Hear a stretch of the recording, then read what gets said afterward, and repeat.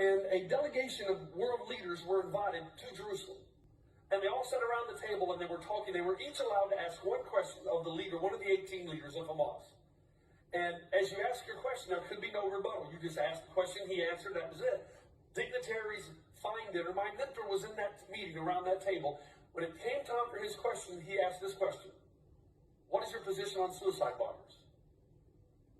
And my mentor never told me what the answer was, but he did say, I didn't like the answer, but I could not rebuke, I could not form a rebuttal.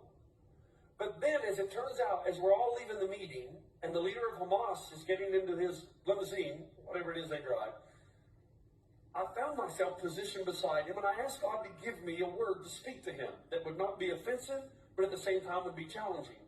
And he said, the Spirit of God gave it to me, and I looked to this leader of Hamas, and I said, I want you to look over there on that mountain.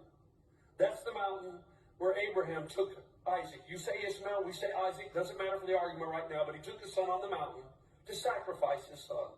And he's about to bring the knife down, and as he's about to bring the knife down, the angel of the Lord, or perhaps the Lord himself, stopped the knife and said, what? God will provide the lamb. And he looked at the leader of Hamas and he said, until you and I receive the son that God has given, we will continue to sacrifice our sons and daughters on the battlefields of this world for land and power.